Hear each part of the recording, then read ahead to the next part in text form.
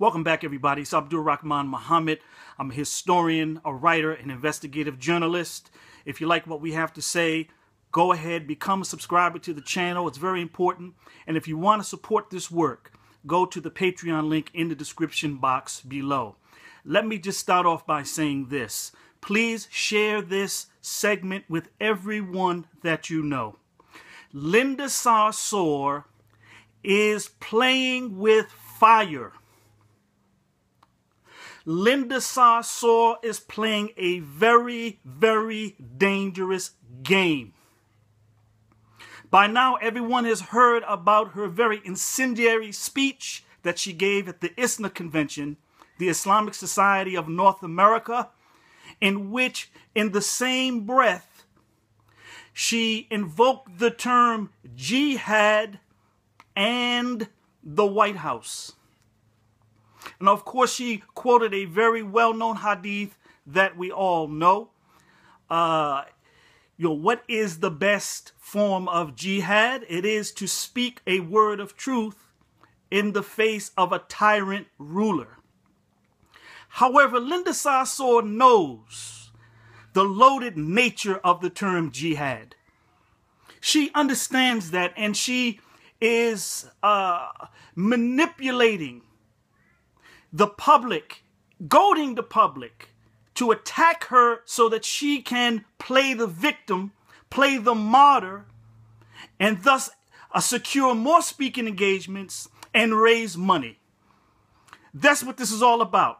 Her self-seeking, self-aggrandizing, self-promotion to get speaking gigs, to become famous and to make money at the expense of the Muslim community, at the expense of the relationship of the Muslim community to the broader society in which we live, both here in America and overseas and in Europe.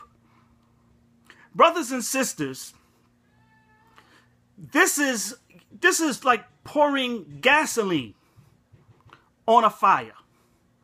Linda Sarsour knows that most people don't understand the lexical or dictionary meaning of the word jihad, which means to struggle, to strive, to exert oneself.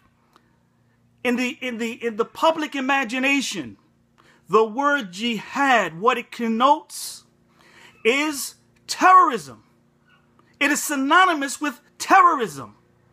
And that is because young people from the Muslim community all over the world are committing atrocities and crimes and are leaving a trail of carnage everywhere. A trail of carnage that was conspicuously absent from the entire ISNA convention. Definitely from her speech. She knows that to invoke the word jihad in reference to the president, that this is going to stir up some very dangerous forces in America. And it makes the Muslim community appear to be a fifth column enemy to America. This is a very, very dangerous game. This kind of rhetoric cannot be allowed to circulate amongst the Muslims. This is a disservice to the Muslims. This is a disservice to America. Rhetoric does mean something. Look at what happened just recently with the shooting of a congressman at a baseball game. All right? Over some, left-leaning political ideologue who just took it upon some nut job, who took it upon himself to settle some scores to get his political enemies. We don't have nut jobs amongst ourselves as Muslims.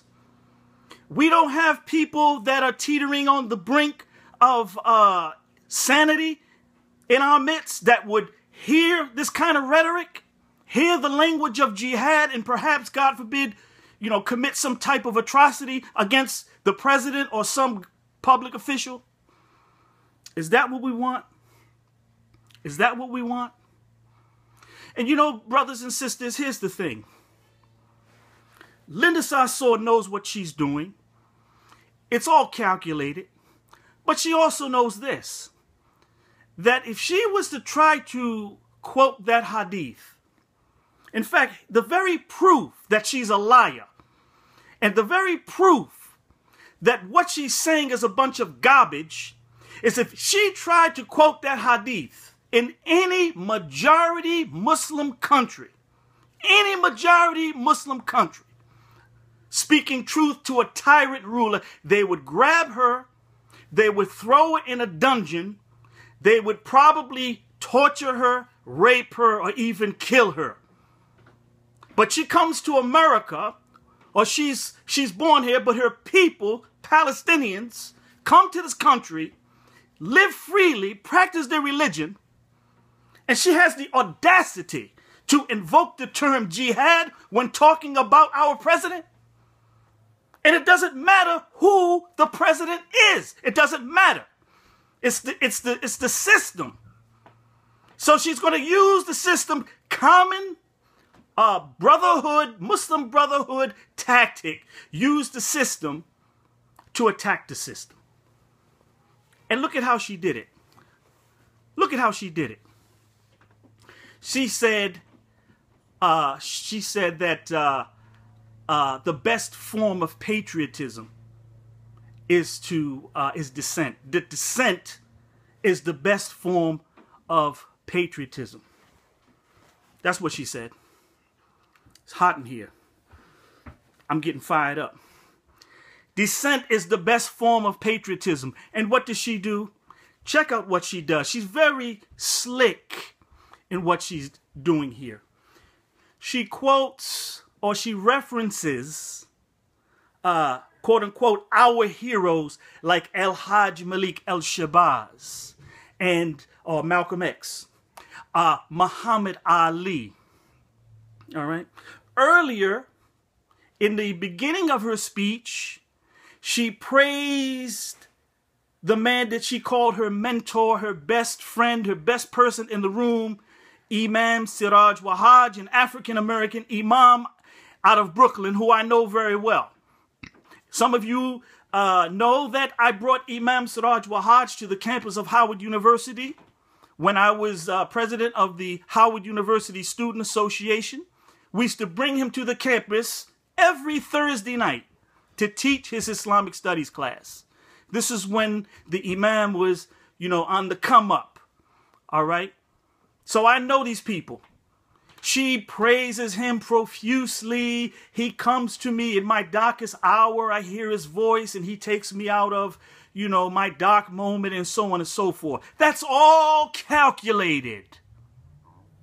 You know what she's doing there? She's appropriating. How do you like that word? She is appropriating the history and the legacy of black people in America to sell her bogus narrative of Islamophobia against Muslims in America. That's what she's doing. That's exactly what she's doing. She's playing on our history. She's hijacking our history to sell a bogus narrative. So, for example, it is well known that Muhammad Ali is a beloved figure in America. That Muhammad Ali lights the torch, the Olympic torch, at the '96 Olympic Games. Malcolm X is now on an American stamp. Malcolm X is part of America. And even in his most militant phase, most people understand that there was a time for that. And that this was, that the black man had a legitimate gripe and grievance with America. All right, that Malcolm expressed. But what gripe and what grievance do these immigrants have with America that let them come to this country, that let them get advanced degrees, that let them become doctors, lawyers, professionals? How dare she stand up there and invoke jihad against a sitting president or the White House? And then on top of that, she's going to use Siraj Wahaj, Malcolm X, and Muhammad Ali as some type of shield to anchor her false narrative that these enemies, this Islamophobia industry that she talks about, these haters of Muslims are out to get us. Could it possibly be that people are afraid of the Muslims? Could that possibly be it? Could it possibly be that the entire world sees and witnesses young Muslim men running people down, blowing people up, stabbing people, shooting people, massacres left and right? I think there was 3 in England just this summer. Paris, Germany, Belgium, United States, San Bernardino, Fort Hood, the nightclub there in Florida, the underwear bomb, so on and so forth, man. But no, the Muslims will take no responsibility for that. America is just so evil. It's just so anti-Islamic. It's so Islamophobic that they just want to attack Muslims. You see, this is part of the false narrative which attempts to racialize the Muslims. That's why she brought in Siraj Wahhaj. That's why she brought in Malcolm. That's why she brought in Muhammad Ali. So that she can, appropriate that history and act like it's the 60s all over again. Only this time it's not black people, it's the Muslims that are being oppressed. It's all a bunch of nonsense, and it's not going to serve the Muslims well. The Muslims want better relations in America.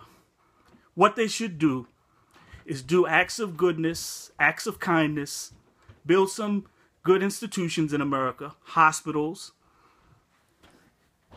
some community centers,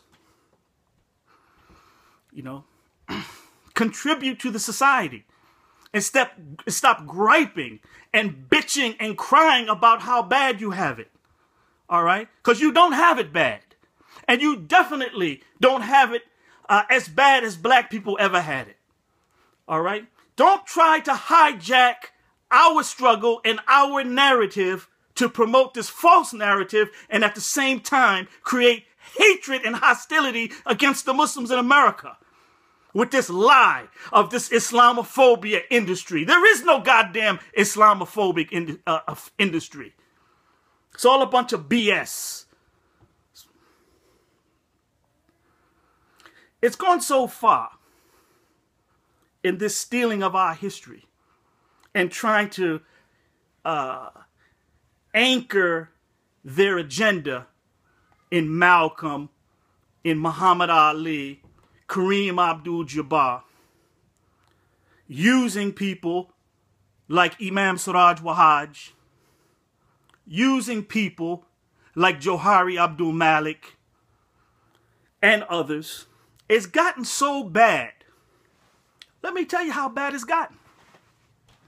It's gotten so bad that Essence Magazine recently published their annual Woke 100 issue.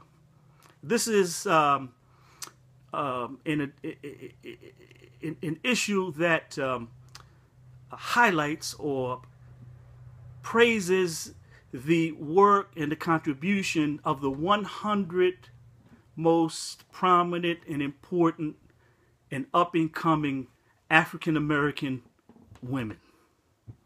All right? The Essence Woke 100. Well, who do you think they had representing Muslim women? Was it Marguerite Aziza Hill? Was it Sister Donna Austin? Was it Nisa Muhammad? Was it Camilla Rashad? Was it Suad Abdul-Khabeer? Was it any of those great sisters doing tremendous work all African American, not one African American Muslim woman on the cover of Essence magazine, Woke 100. But you know who was there? The woman who was stealing your narrative, Linda Sarsour. That's who was there. That's who was there. And you know what? The black Muslims can't say anything about it because they take too much money from the immigrant Muslim syndicate. And you know what's so galling about the whole thing? At the end of her speech, Linda Sarsour said that she just stepped down after 11 years as the executive director of the Arab American Association of New York. She said, you know, it comes a time when institutions have to be passed down to the younger leadership. All right? For the next generation. I did my job. I, increased the revenues and I built the institution. Now it's time for me to step aside. But in the African American Muslim community, you know what happens? What happens? The leaders block the next generation. And you know what? Because of their dependence on the immigrant Muslim syndicate, they promote folks from outside of their community that will ultimately hurt their community. You know what? After Linda paid homage to Suraj Wahaj and she tried to anchor her speech in Muhammad Ali and Malcolm, she didn't say one damn word about black people. She didn't say one damn word. She said, resources. We have to allocate the resources. If you give $1,000 to Syria, how about this year only giving $800 to Syria and giving $200 to Islamic Relief?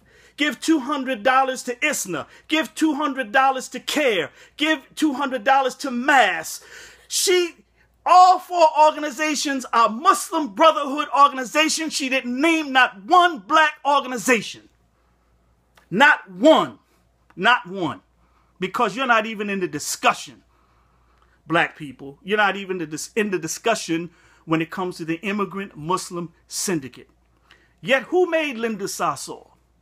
Imam Suraj Wahaj. He made her.